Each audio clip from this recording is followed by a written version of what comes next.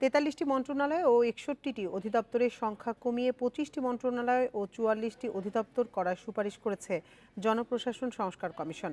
এছাড়া দেশকে ৪ প্রদেশে ভাগ করার পাশাপাশি কুমিল্লা ও ফরিদপুরকে বিভাগ করতে চায় তারা।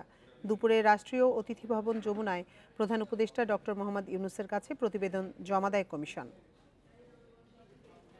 জনপ্রশাসন সংস্কার কমিশনের প্রতিবেদন জমা দিতে প্রধান উপদেষ্টার সঙ্গে দেখা করে আব্দুল মুইত চৌধুরীর নেতৃত্বাধীন কমিশন। মোট ১৬টি অনুচ্ছেদে অনেকগুলো সুপারিশ রেখে স্বল্প, মধ্য ও দীর্ঘমেয়াদে কার্যকরের পরামর্শ দেয় তারা। প্রতিবেদনের বিষয় নিয়ে সংবাদ সম্মেলনে তথ্য দেয় প্রধান উপদেষ্টার প্রেস উইং।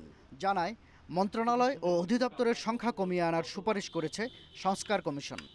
এই মুহূর্তে আমাদের ৪৩টা মন্ত্রণালয় এবং ৬১টি অধিদপ্তর আছে সরকারি পর্যায়ে, এবং এটাকে কমিয়ে ২৫ এবং ৪৪-এ করার সুপারিশ করা হয়েছে। জেলা প্রশাসকদের পদবিটাকে সংশোধন করে জেলা ম্যাজিস্ট্রেট এবং জেলা কমিশনার নামকরণ করার সুপারিশ করা হয়েছে।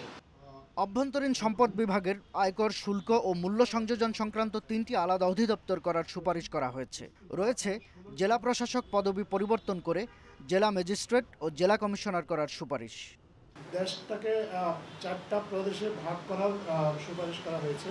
প্রশাসনিক বিকেন্দ্রীকরণের ক্ষেত্রে এটা সুবিধা হবে এবং রাজনৈতিক বিকেন্দ্রীকরণের ক্ষেত্রে এটা আসলে জনগণকে কিছু সুবিধা দেবে বলে কমিশন মনে করছেন। কুমিল্লা এবং ফরিদপুরকে ওনারা বিভাগ করার কথা বলেছেন। এছাড়া জেলা পরিষদ বিলুপ্ত, ঢাকা ও নারায়ণগঞ্জ নিয়ে ক্যাপিটাল সিটি গভর্নমেন্ট উপসচিব পদে প্রশাসন ক্যাডার থেকে ৭৫% পরিবর্তে ৫০% নিয়োগ, আলাদা পাবলিক সার্ভিস কমিশন করার সুপারিশ করেছে কমিশন।